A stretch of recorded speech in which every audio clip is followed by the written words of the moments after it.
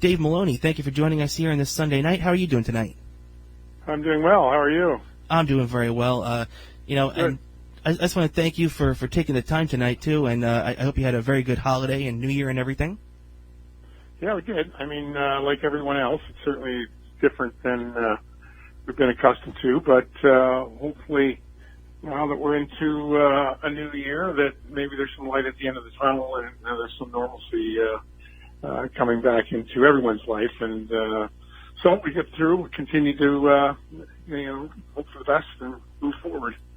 Exactly. We got, there's a lot of positivity. We got this vaccine out now, hopefully. A lot of people are getting it, so hopefully, like you said, it's a step in the right direction, and maybe by the end of this year we'll even have people back in the building again for hockey and basketball and anything like that. But, obviously everybody's health is of paramount concern before that.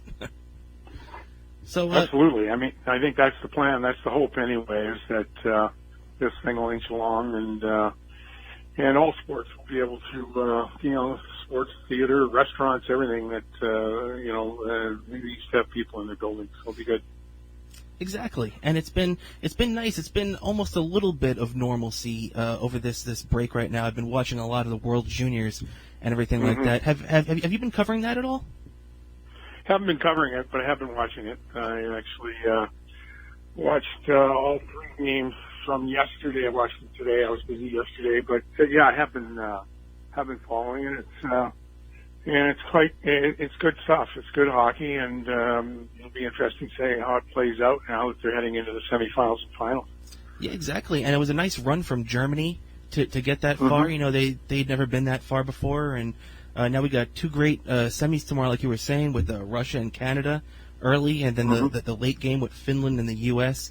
A lot of good prospects on there. Is there anybody that, especially like on the U.S. team, that you have your eye on, that you like? I've really been enjoying watching the goalie Spencer Knight play.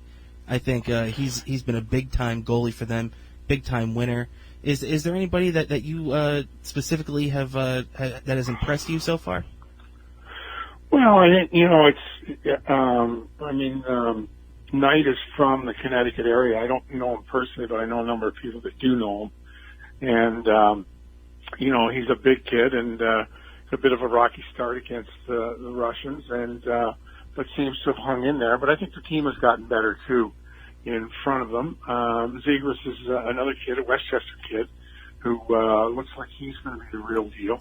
And so I think I think the impressive thing is that, USA Hockey continues to grow in areas of the country. There's 2 or 3 kids from California on the roster. There's a kid from Florida on the roster, and it just continues to show that the game is growing and has become competitive in a lot of a bigger, more broader perspective in America. So, I mean, it's been fun to watch, and it's been good for USA Hockey, and it'll be interesting to see if they get through the Finns, and perhaps it'll set up for another Canada-U.S. final, although the Canadians will have their hands full with Russians.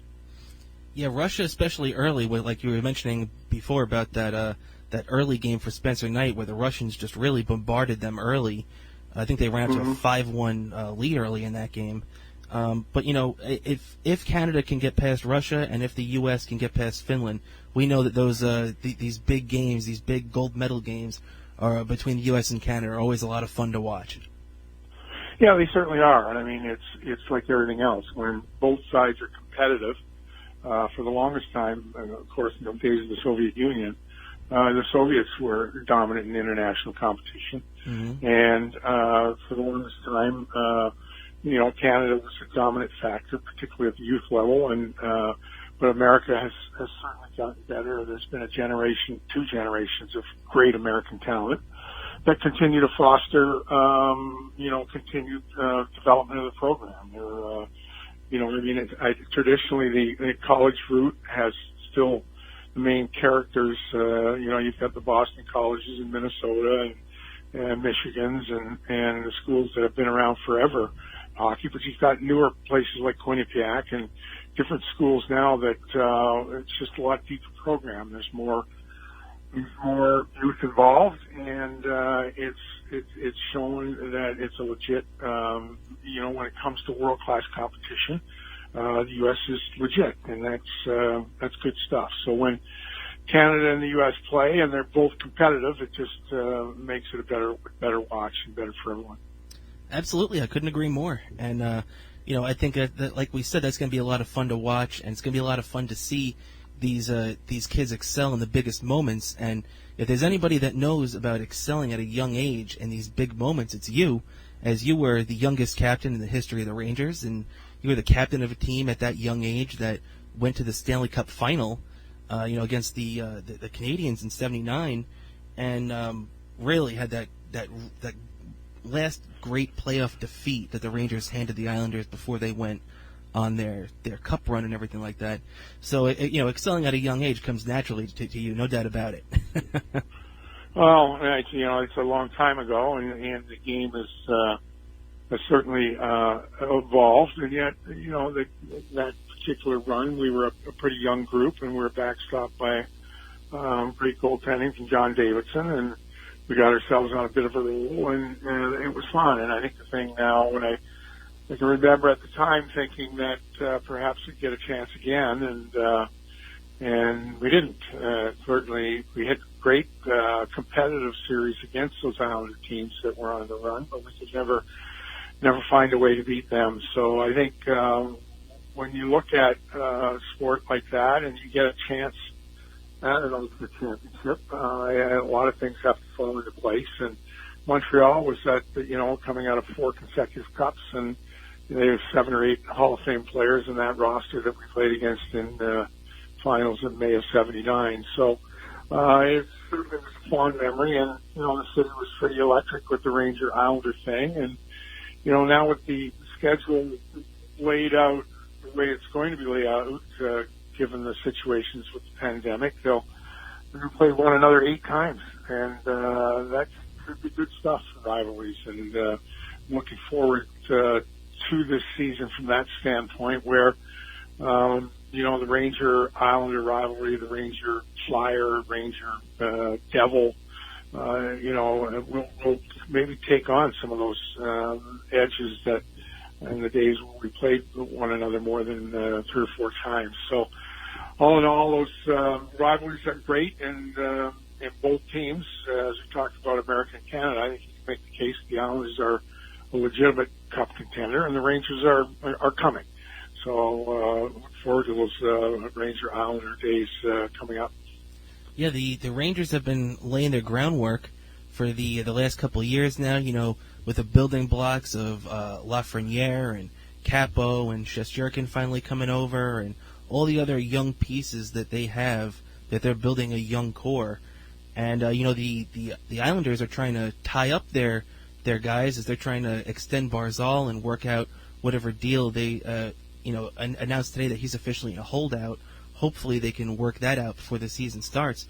But just like you're saying, this season is really going to be all about the jacking up those division rivalries to the next level, because every single team, especially the Rangers, are going to be playing this year. It's going to be the Islanders, the Devils, the Flyers, the Bruins, and we're not going to have any easy nights in this division this year. It's going to be, every single point's going to matter. Every single time you take your opponent to overtime and get that point, it's going to matter. How do you see this shaking out this year? To me, on paper, as much like I'm a big Rangers fan, I always hope the best for my team. But just like you said, the Islanders are a legit cup competitor. Do you think where it's only the top 4 teams that make the playoffs, that there's a path to the playoffs of the Rangers in this division? Oh, of course there's a path. It's a matter of are they good enough to follow that path? Mm-hmm. And are they ready? I'm not 100% convinced yet they're ready. This, when you look at the makeup of this group, you lost some pretty big pieces, important pieces that have been there for quite some time, and Lundqvist, Stahl, and Jesper Fast. And those, they were representative of a group that grew together. And so it's going to take some time. Chris Kreider is really the only remaining factor from the 2012 and 2014 runs. So I think there are a lot of things that have to fall. There's no question there's good things going on. And there's no question that one who, follows the Rangers shouldn't be excited. But I think patience is going to be a virtue. And I think if you look at their division, I think both the Flyers and Islanders are playoff teams. You have to like what Washington's done, particularly with the signing of Chara. Now, Washington and Pittsburgh have been around for a long time. That story's going to turn at some point, but I don't think it's ready to turn just yet. The Bruins, what will the Bruins be like without Chara? They've got great character. They've had great character, but he was an important part of that process there. So if you, if you're looking at, the Flyers, Islanders, Washington would be the three teams that say, okay, they're all legitimate playoff teams. Now you're talking about Pittsburgh, you're talking about Boston. So that's five teams. So the Rangers have their work cut out. There's absolutely no question. But I don't listen to and talk to John Davidson and Jeff Gorton yesterday. I listened to and talked with David Quinn today. And these guys have been around long enough to know that this just happen overnight. And you look at the Islanders, who struggled for a long time in the recent generations, and it's finally come into place, but it's taken a while. It's taken time for Beauvillier. It looks like he's a player. Josh Bailey, who's been around forever, looks like he's a legitimate NHLer now and a factor. Now, they've got to get Barzal signed. My thought would be they're going to get him signed. He has limited options, and he can't afford to sit out very long with his short season. So I just think that the Rangers, the Devils are the Devils got a little ahead of themselves 2 years ago. And I think the thing is, if you're realistic from a Ranger standpoint, you can be optimistic and hope. But when you break it down, it's a battle. It's going to be a battle to make the playoffs. And yet the experience along the way will be invaluable to this young group. Now, speaking of that experience, do you think that this, because you could really look at it from two ways. I tend to think that it was a big positive, but just making that playoff this past season where they played in the qualifying round, they lost those 3 games to Carolina. Now, even though they really didn't look that great in those 3 games, and Lundqvist started the first 2, but we did get Shesterkin in the final game. Do you think that experience as a whole, as negative as it was really a positive for all the kids that participated in it? Well, I mean, you've got to take every struggle as a positive, right? I mean, I think it was a good, honest shot of reality. I think it was now again, it was a very, very short window. There are reasons to have been optimistic going in, given the past record against Carolina. But Carolina had been through the grind the season before in the playoffs. And the playoffs are a whole new deal. So absolute whole new deal. So, yes, the experience will be invaluable, and losing and getting, knocked around is humbling. And it just kind of puts things in perspective of really, where do we stand? What do we have to do? So it's certainly better. Has been a better experience for this young group than not being there. But I hope that they realize just how hard it is. And I think, honestly, they probably do. Now, what does that matter? Well, I think there's a couple things you have to look at. We talked about Shesterkin, and there's all kinds of reasons to be excited about who he looks like he's going to be, right? But he said 12 games, and he said 1 game. He said 12 games in the National Hockey League in the regular season, and he said 1 game in the playoffs. I often thought, even at the height of Hank's career, particularly so, though, coming down the stretch, that we have been privileged to watch a guy play in the most important position. He played as consistent as any goalie played over the course of his 13, 15 years, and we all took him for granted. He was never hurt. He was, so I just think, let's just see how this plays out. Shesterkin has proven at every level he's been at that he can play. And now he's going to be playing the best league in the world, and the league competition will be on his shoulders. It looks like he can do it and handle it, but until he does it, then the jury's still out.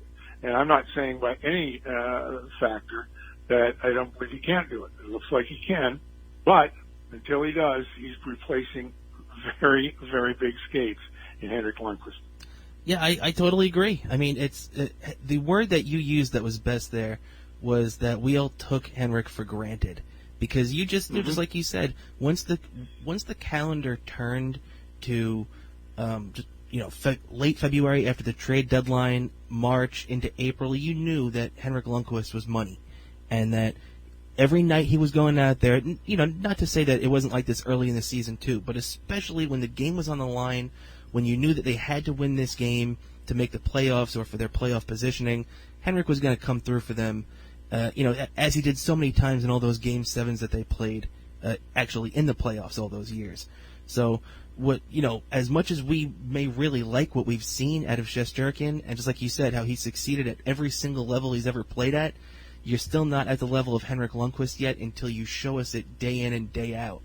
So, it's going to be really interesting and fun, actually, to see this kid come into his own as we inevitably compare him to Henrik and Henrik's career.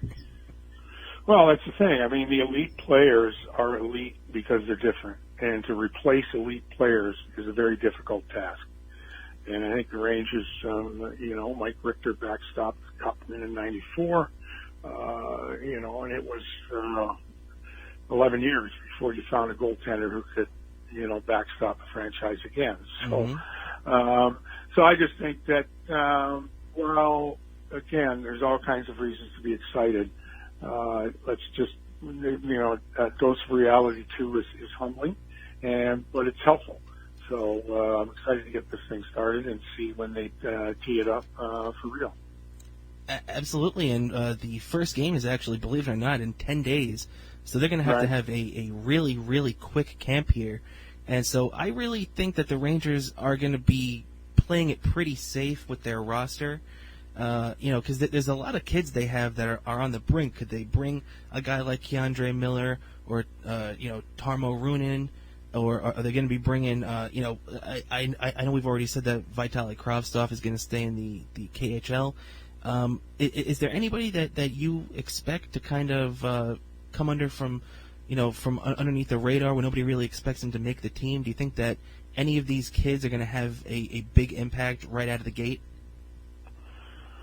Well, I mean, it's difficult. The guy that we're talking about, because he did look good in the bubble training camp, was Keandre Miller. Mm-hmm. He's a big man. He can skate. He can move, and things. But until you see him play against men, again, the jury's still out. Now, I know he was talked about today by David Quinn. But you've got your youth has probably been displayed in the franchise, and you've got good things coming. So no, I'm not sure. Gauthier was a kid they picked up from Carolina last season in a nice quiet deal. Now it looks like he has the tools to be able to lead kids here. He'll probably get a little longer look and a little more of a role. Maybe in the top 9. It sounds like he's going to play with Lafreniere and Heal in a scrimmage tomorrow. So I think any youth, we've seen. I mean, the question is, can Fox and Lindgren be as good in their sophomore seasons as they were last year? And so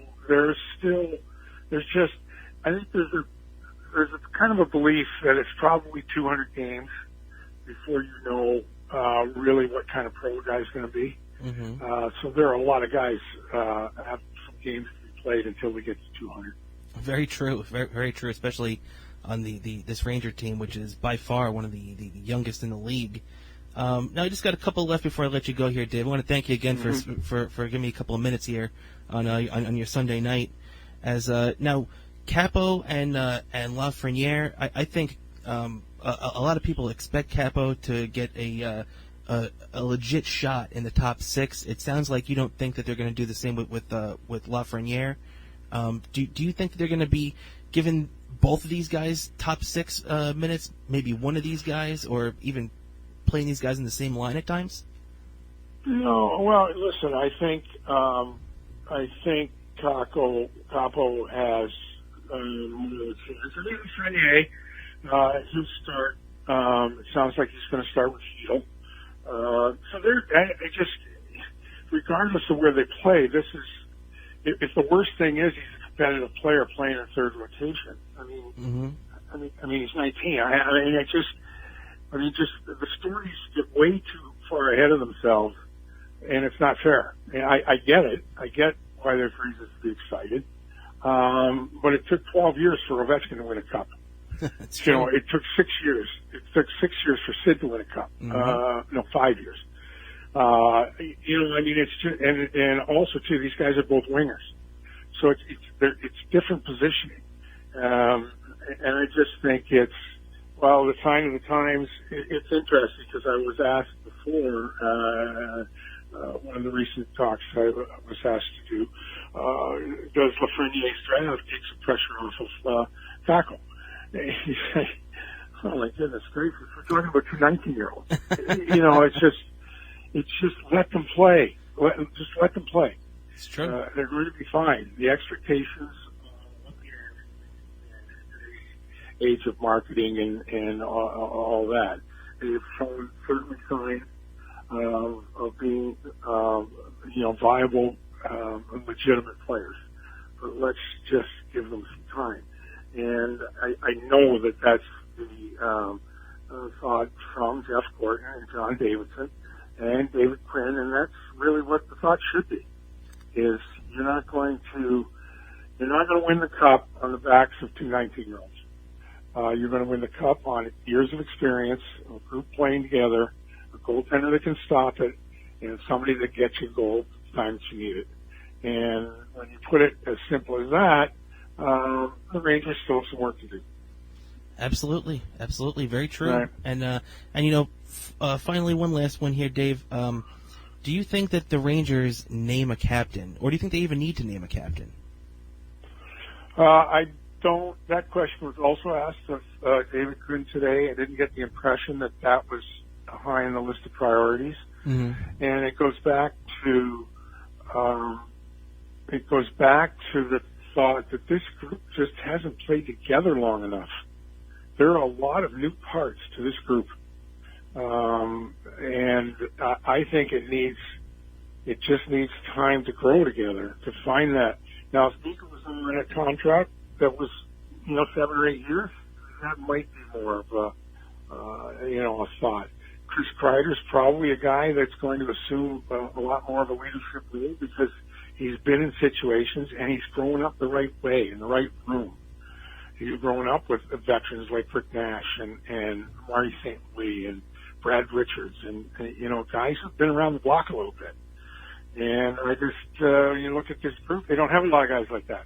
Right. So I just, I'm not sure that, I think that when David Quinn's not the most important guy as far as galvanizing the group, that's when you know you have your captain. And I'm not sure that they're there just yet. And I got the impression today listening that it didn't seem to be high on the list of priorities. But not being in the room or not being in the coach's room or the management's room, we don't really know for sure, but that would be my observation. Well, thank you very much for the insight, Dave. I can't thank you enough for spending a few minutes here with us tonight. I just want to wish you the best. Have a great 21 season covering the Rangers. I can't wait to see you on MSG, and have a great year. Great. Thanks very much. Thanks for the call. Maybe we'll do it again at some point. Absolutely, Dave. Have a good night. Okay, cool. Good night. All right.